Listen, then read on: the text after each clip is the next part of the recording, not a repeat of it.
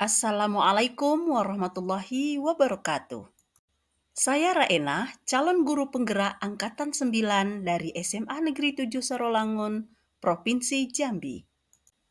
Pada kesempatan kali ini, saya akan menyampaikan koneksi antar materi modul 1.4 Budaya Positif. Saya akan menyampaikan kesimpulan saya terkait peran saya dalam menciptakan budaya positif di sekolah. Seorang pendidik yang ideal harus memiliki kemampuan membangun budaya positif di lingkungan sekolah. Untuk membangun budaya positif di sekolah dan berintegrasi dengan murid, seorang pendidik harus memahami konsep disiplin positif, nilai-nilai kebajikan universal, memahami motivasi perilaku murid, membuat keyakinan kelas berdasarkan nilai-nilai kebajikan, kebutuhan dasar manusia, posisi kontrol seorang pendidik untuk menerapkan segitiga restitusi. Yang pertama, disiplin positif. Disiplin positif merupakan cara untuk menumbuhkan disiplin murid yang tumbuh melalui motivasi internal, bukan akibat paksaan, pujian, ataupun hukuman. Disiplin positif bertujuan menanamkan motivasi murid untuk menjadi orang yang mereka inginkan, menghargai diri sendiri dengan nilai-nilai yang mereka percaya. Yang kedua, seorang pendidik harus memahami motivasi perilaku manusia. Yang pertama, yaitu motivasinya adalah untuk menghindari ketidaknyamanan atau hukuman. Motivasi yang kedua adalah untuk mendapatkan penghargaan atau imbalan dari orang lain. Dan yang ketiga adalah menjadi orang yang mereka inginkan, menghargai diri sendiri, dan nilai-nilai yang mereka percaya. Seorang pendidik harus memahami motivasi perilaku muridnya.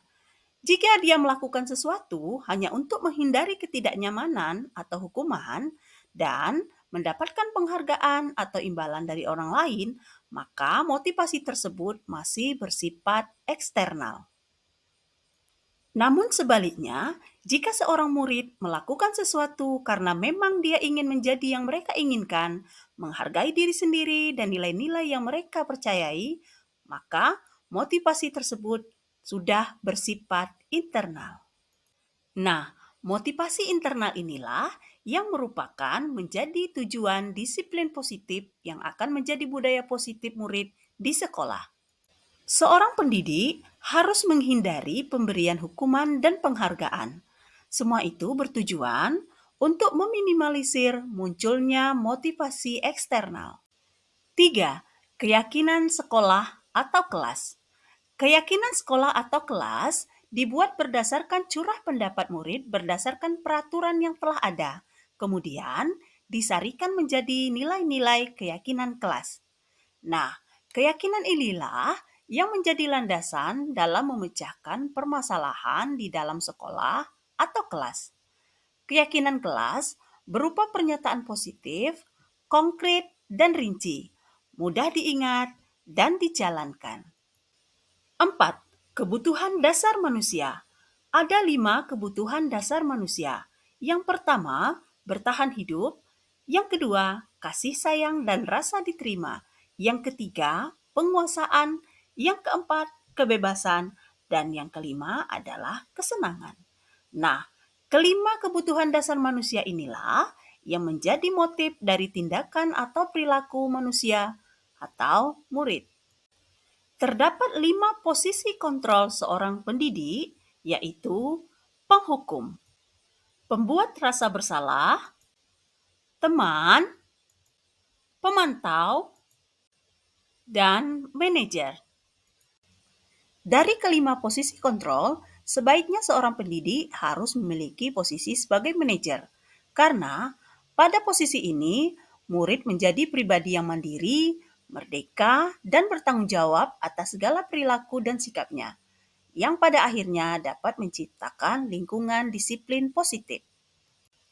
Pada posisi ini, guru mendukung murid dalam menemukan solusi atas perilaku negatif yang telah dilakukannya dan mempertanggungjawabkan perbuatannya. 6. Segitiga restitusi. Dalam melaksanakan segitiga restitusi, peran guru adalah sebagai manajer. dengan melaksanakan 3 tahap, yaitu menstabilkan identitas, validasi tindakan yang salah, dan menanyakan keyakinan. Ini semua dilakukan untuk membentuk murid yang merdeka dan bertanggung jawab.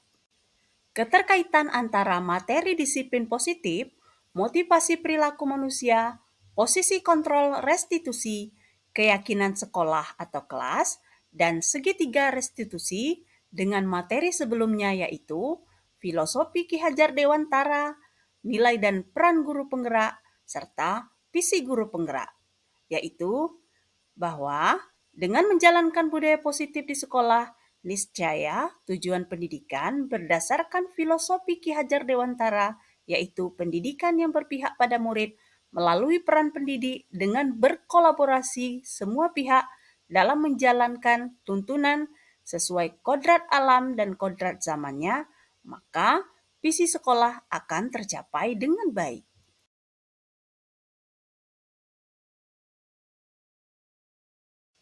Pertanyaan pertama, sejauh mana pemahaman Anda tentang konsep-konsep inti yang telah Anda pelajari di modul ini, yaitu disiplin positif, teori kontrol, teori motivasi, hukuman dan penghargaan, posisi kontrol guru, kebutuhan dasar manusia, keyakinan kelas, dan segitiga restitusi. Saya sudah memahami konsep-konsep inti modul 1.4 budaya positif dengan meresapinya dan mewujudkannya dalam aksi nyata saya, serta pemahaman ini sudah saya bagikan kepada rekan guru dan TU di sekolah saya. Ada hal yang menarik untuk Anda dan di luar dugaan? Hal yang menarik dan di luar dugaan saya adalah bahwa pemberian hadiah atau penghargaan kepada murid yang telah mencapai keberhasilannya adalah tindakan yang berdampak kurang baik terhadap murid, yaitu menurunkan kualitas, merusak hubungan, mematikan kreativitas, dan mengurangi motivasi intrinsik murid. Perubahan yang terjadi pada cara pikir saya dalam menciptakan budaya positif di kelas maupun di sekolah adalah beralih dari posisi kontrol menghukum, pembuat rasa bersalah, teman, dan pemantau menuju ke posisi manajer. Selain itu, saya harus terbiasa menyelesaikan masalah murid dengan menerapkan langkah-langkah segitiga restitusi. Pengalaman yang pernah saya alami terkait penerapan konsep-konsep inti dalam modul budaya positif, baik di lingkungan kelas maupun sekolah adalah bersama murid saya membuat keyakinan kelas dengan curah pendapat murid untuk menentukan nilai-nilai kebajikan yang akan menjadi keyakinan mereka untuk dijadikan keyakinan kelas. Perasaan saya ketika mengalami hal-hal tersebut adalah saya merasa sangat senang karena dapat melihat murid-murid saya antusias dalam curah pendapat dan mereka merasa dihargai dan didengarkan saat menjelaskan nilai-nilai kebajikan yang mereka yakini.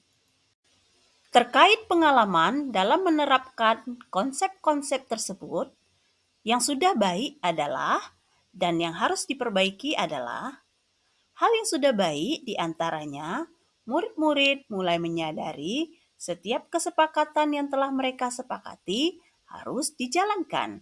Dan yang perlu diperbaiki yaitu sebagai seorang pendidik, saya harus konsisten dalam menguatkan setiap poin kesepakatan kelas yang telah disepakati. Sebelum mempelajari modul ini, ketika berinteraksi dengan murid, berdasarkan 5 posisi kontrol, posisi yang paling sering saya pakai dan perasaan saya pada saat itu adalah, sebelum mempelajari modul ini, saya menempatkan diri saya sebagai teman dan pemantau. Tapi terkadang saya juga sebagai penghukum. Pada saat saya menjadi teman maupun pemantau, saya merasa bahwa saat itu saya sudah berada di posisi terbaik. Ternyata saya keliru. Setelah mempelajari modul ini, posisi yang sering saya pakai dan perasaan saya adalah Saat ini, saya sedang berusaha menempatkan diri pada posisi manajer, di mana saya melibatkan murid dalam proses penyelesaian masalah, mempersilahkan murid mempertanggungjawabkan perilakunya, serta mendukung murid menemukan solusi atas permasalahannya. Untuk sampai pada posisi ini, saya berusaha untuk menghilangkan posisi saya sebagai penghukum. Perasaan saya setelah mencoba mempraktekkan ketika berada di posisi manajer, ini sedikit ada keraguan bahwa murid akan mengulangi kesalahan yang sama. Perbedaannya, sebelumnya saya merasa bahwa apa yang saya lakukan adalah hal yang benar. Ternyata itu keliru. Setelah saya menerapkan posisi manajer, saya merasa lebih lega karena saya melakukan komunikasi dua arah dengan menuntun murid dalam menemukan solusi atas permasalahannya. Dan murid saya pun merasa sangat senang dapat menyelesaikan masalahnya secara mandiri. Sebelumnya, saya pernah menerapkan salah satu langkah segitiga restitusi, yaitu tahap validasi tindakan yang salah. Namun, solusi dari masalah tersebut saya sebagai guru yang menemukan solusinya, bukan murid saya. Pada saat itu, murid saya membuang sampah sembarangan. Saya hanya menanyakan alasannya, membuang sampah tidak pada tempatnya.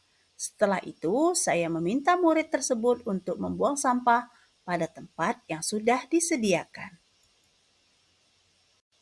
Menurut pendapat saya, untuk dipelajari dalam proses menciptakan budaya positif, baik di lingkungan kelas maupun di sekolah adalah memaksimalkan kolaborasi antara warga sekolah, lingkungan sekolah, orang tua, dan lingkungan bermain murid, sehingga proses terciptanya budaya positif tidak hanya habis di sekolah saja, tetapi dilanjutkan oleh orang tua di lingkungan keluarga dan di lingkungan tempat tinggalnya, agar budaya positif ini melekat dalam diri murid sepanjang waktu dan sepanjang hayatnya. Demikianlah video saya kali ini. Terima kasih atas segala perhatian. Wassalamualaikum warahmatullahi wabarakatuh.